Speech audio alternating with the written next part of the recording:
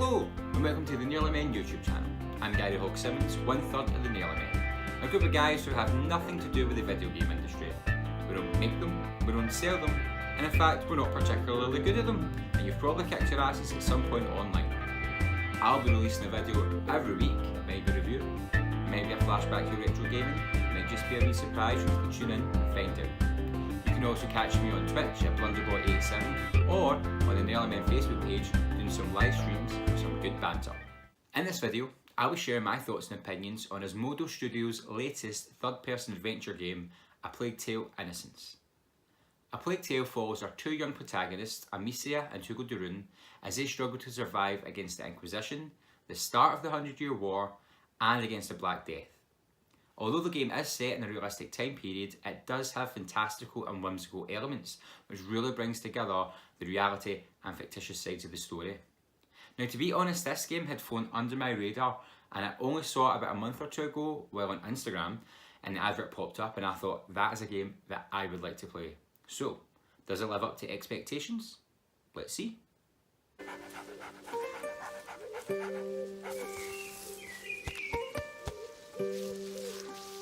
This review is based on the first 9 out of 16 chapters of A Plague Tale: Innocence, and a copy was very kindly donated to us for review purposes.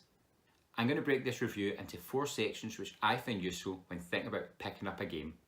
Those are gameplay, story, graphics and enjoyability.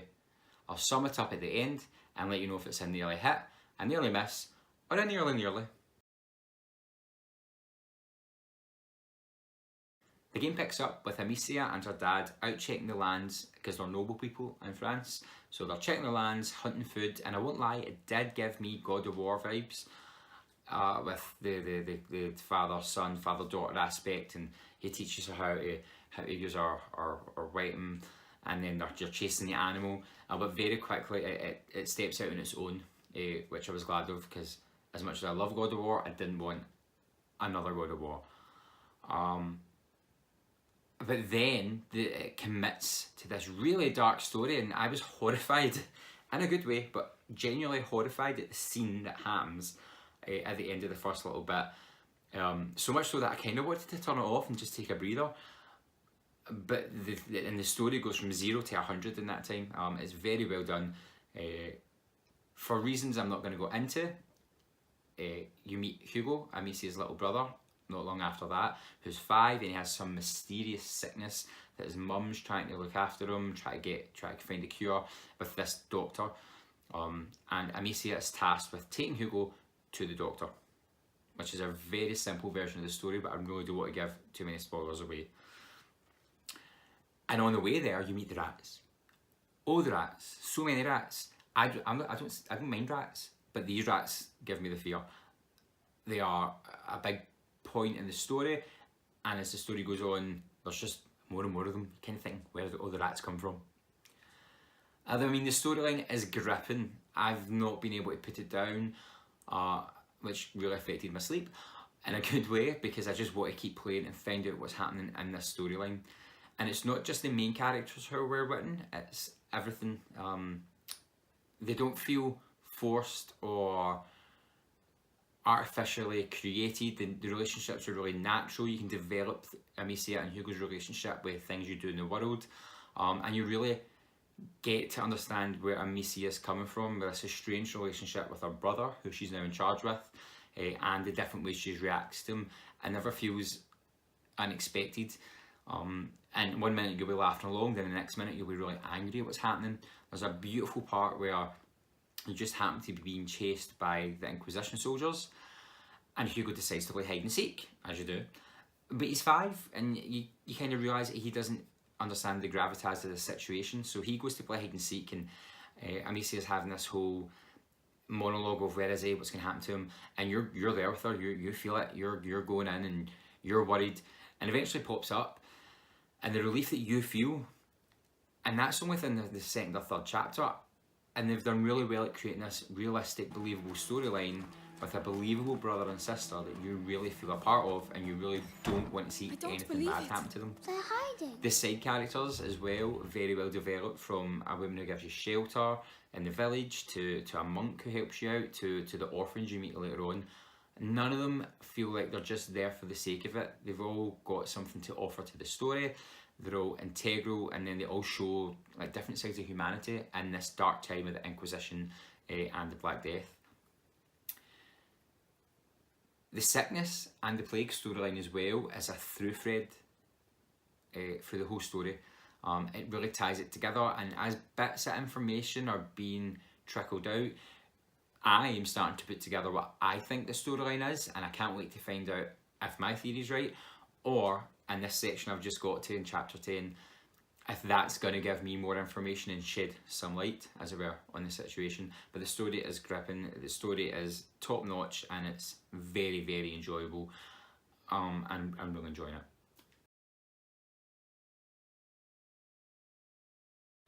Now, graphics. When it comes to graphics, you hear me say this once, you hear me say it 1,000 times.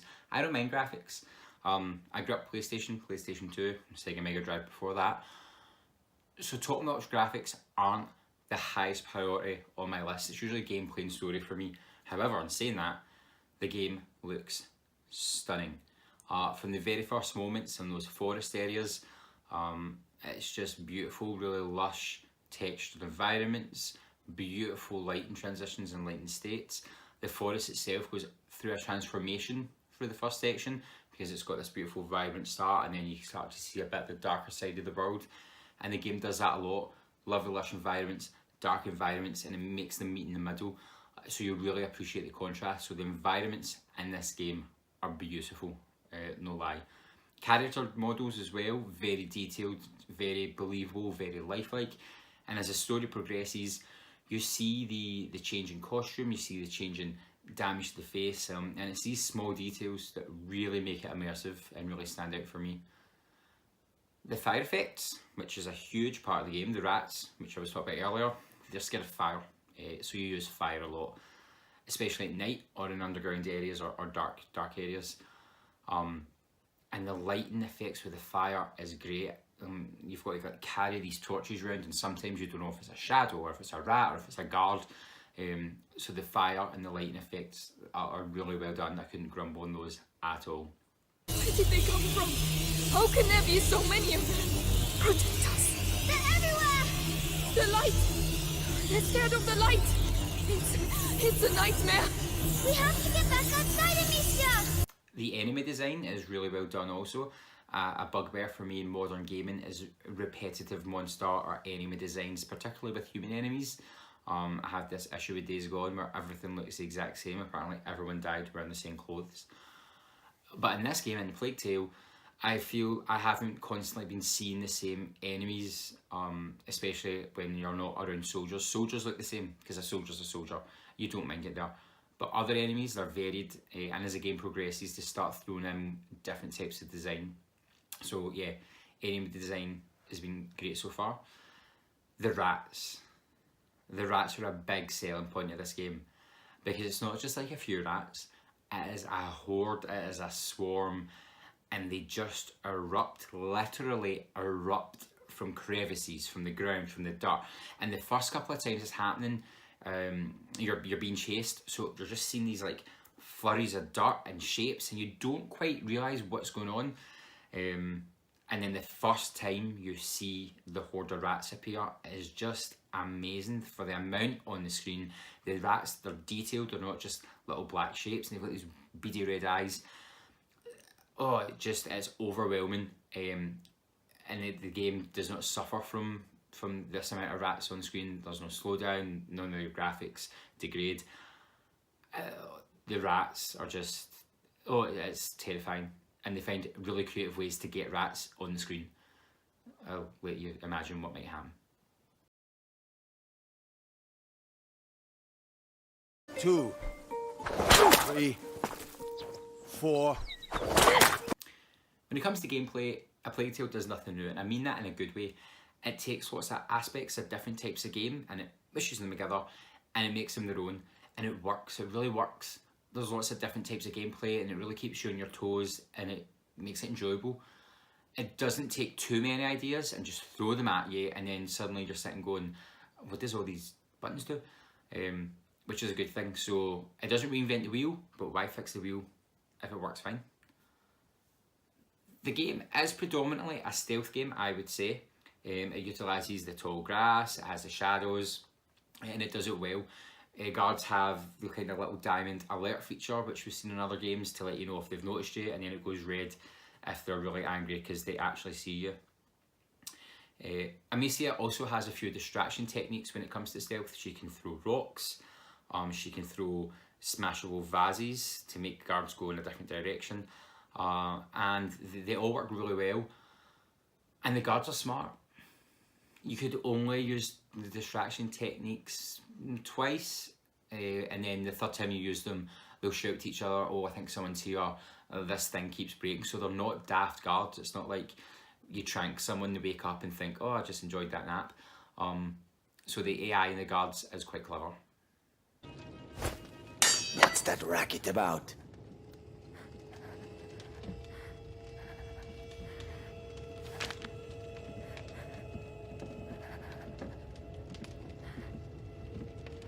Come on.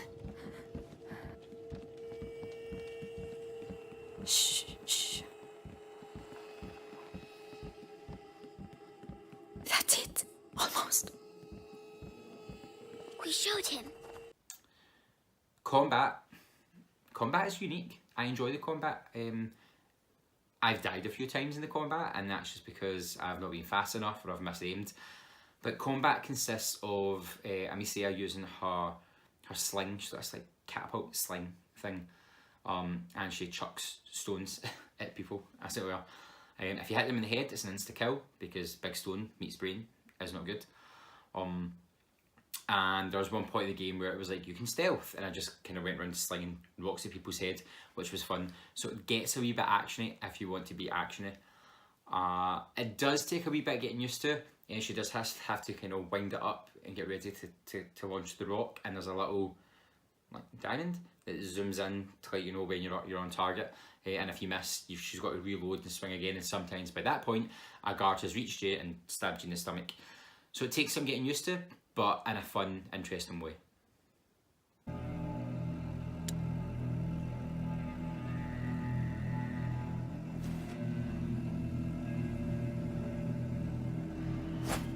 That noise.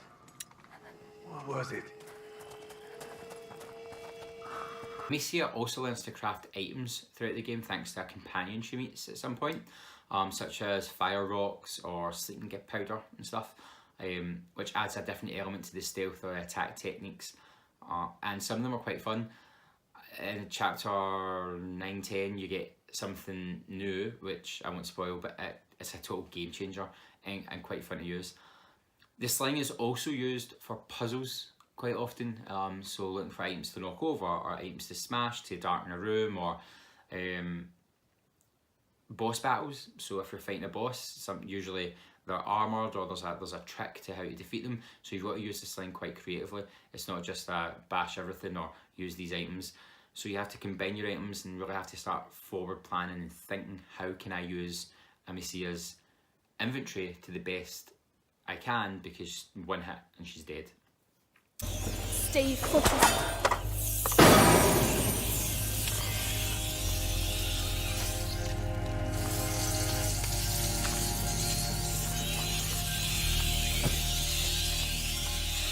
These twigs burn too quickly. I won't be able to keep them back long enough. Wait, I have something for you. When the rats appear, there is only one saving grace: light, be it daylight or torchlight or lamplight or some sort of fire, and that isn't always easily found. There'll be bits where you've got to use a torch to kind of get through the rats, but torches only last so long because they're wood and they burn down. So there's a lot of puzzles and gameplay and planning and stealth with the fire and the torches. And you can use it against the bad guys. I did feel pretty guilty at one point because you use the rocks or your sling to smash a guard's lamp, which leaves in complete darkness, and then suddenly this horde of rats appears, and like, oh, the visuals and the noises of the rats nibbling on the guy and then his death screams, it's pretty brutal. But also you kind of don't mind because they're bad guys. So the fire play and the darkness and light really comes into its own in the puzzle aspect and the combat aspect.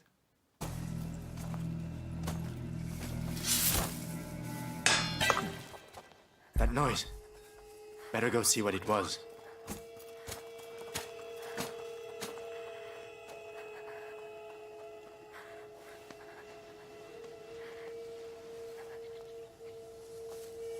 Yes. Now it's my turn. Now, if all of this sounds really easy, it's not. There are a few things holding Amicia back. For instance, she's got one hit and she's out. And also Hugo. So Hugo's 5. So he's with her at all times. He's holding her hand. And she has to guide him everywhere. And that in itself is a puzzle. You can leave him alone. However, after 5-10 seconds, he'll start crying, he starts panting, he starts freaking out, he starts getting his migraines, which I've not spoke about, but these migraines kind of set him off, and they're part of the story, I'm sure. And if he starts making noise, the guards are alerted and come, and it's a game over. So Hugo is a part of the puzzle and part of the gameplay. He can't climb without Amicia, he can't do much, so if it sounds like it's going to be an easy game, it's not. I have died countless times. But I don't even get annoyed when I died because it's a learning process. And Hugo is part of that learning process, how to fit him into the world and make your way around the world without losing him or losing your life. There is also equipment upgrades, which I'm sure you would all expect because she's got a sling, she's got equipment. And it's very much like any other game with upgrade benches. You go through the world, you pick up items, you stockpile the items, then you make the upgrades that you want when you can afford them. It is a wee bit like The Last of Us. You need to find tools to upgrade items, and you need to find an item bench. But again, I really don't mind that you're not overly searching for upgrade items. They're quite visible in the world. There is extra ones where we puzzle you have to solve, usually involving rats and firelight and trying to get through the rats to the firelight. But yeah, it's not a bad upgrade system. And in fact, I'm pretty sure there is one upgrade where you can then upgrade your items without going to a bench, if that makes sense, which is on my list. The first thing I'm going to go for next though is the silent sling, so guards aren't attracted to your attention when you let go of a stone. I mean, for me, there really has been no downside of the gameplay so far. Everything's intuitive. Everything makes sense. The control scheme isn't clunky or overcomplicated. It's fun. The change up in gameplay keeps it fresh. One minute you're doing a puzzle, then you're fighting, then you're doing a puzzle and fighting. There's story, there's collectibles which you'll need to go back and collect. I mean, I'm finding it really difficult to dislike anything about the gameplay in this game. And the final part of this review is enjoyment. I have loved every minute of this game, and that is no exaggeration. It's just been real fun to play. The story's good. There was an interview with one of the people in charge of developing it, and they described it as a flashback to like a Resident Evil game, and I totally get that vibe from it. It's got the exploration, it's got the horror aspect, it's got the in-depth storyline, and it's just been great. The puzzles are clever and they're not too difficult. It's not like you're having to look up like a guide. You can usually figure out eventually. The characters will have audio or visual hints if the game knows you're struggling, and there's so many small touches that make it memorable and really lovely, which usually pertain to Amicia and Hugo's relationship. So throughout the world, in each chapter, maybe not every chapter, yeah, each chapter I think, or 13 of the chapters, you can find a flower, which Hugo picks and he puts in his sister's hair. And he had a flower garden, or I can't think of the word that he calls it. And he'll pick it and he'll give you a little bit of history about the flower and he'll pop it in her hair. And it's a really nice, sweet touch, and it really helps the relationship build. You can find collectible items, which are called gifts, which appear in a safe house type thing that you get further into the game. And then there's a codex of items which just help expand the world lore or Amicia and Hugo's life, which you can just read about. And they're all linked into the codex, and you can kind of tell where you've maybe missed one in a chapter. So it has that replay value as well to go back and find these collectibles. And it wouldn't be a burden. Exploring the world is a joy because you find something new, you find a new puzzle. There's also the trophy related criteria, or replay value, because there's certain trophies for bits and chapters where you can do things a wee bit different. There's one I saw about a soldier, something like save the soldier, and I know exactly which bit of the game it's talking about because I tried to save him, but I couldn't figure out how. So I know going back, I'm going to try something new and see how that maybe changes the game. So there's replayability, there's an interesting storyline, there's different types of gameplay, there's great character relationships and building. I just want to go back. I mean, it's quite late when I'm filming this, and I feel like finishing the filming and playing more. It's been that good. It's a very, very, very enjoyable game. So those are my 4 areas when reviewing a game or giving my opinion on a game. And I think you can tell from what I've said, I adore this game. Unexpectedly so. This year has had lots of top-notch games out. We started the year strong with Resident Evil 2, which, as many of you know, is possibly one of my most favourite games of all time. The original and the remake is up there. But we've had Devil May Cry 5, Kingdom Hearts 3, Sekiro, lots of other high-budget, big advertisement, big games. And I think Plague Tale is going to come in and sideswipe them because it's unexpected. It's got a great story, great characters, great gameplay, great visuals. I think it's right up there, just under Resident Evil 2 Remake for me. Maybe even edging it out a wee bit, just because it's so different and so unique. And I guess you're all now wondering what the final verdict is. Is it a nearly man hit, a nearly man miss, or a nearly man nearly? Well, for me, it is a nearly man hit. I could not recommend this game more. It's got a fantastically horrifying storyline, tight gameplay, stunning graphics. If you're in a third-person adventure, it has a dash of horror, a dash of terror, and puzzles galore, then this is definitely the game for you. And I hope you enjoy it if you get it. As I said, I'm Garry Hogg-Simmons, 1/3 of the Nearly Men. You can catch us on here. You can catch us on iTunes, on Twitter. All the details will be below in the box. I mean, you can put some clicky boxes in the YouTube video. It's been a pleasure reviewing this game for you, and I hope to see you on my video next week and at the next podcast. See ya!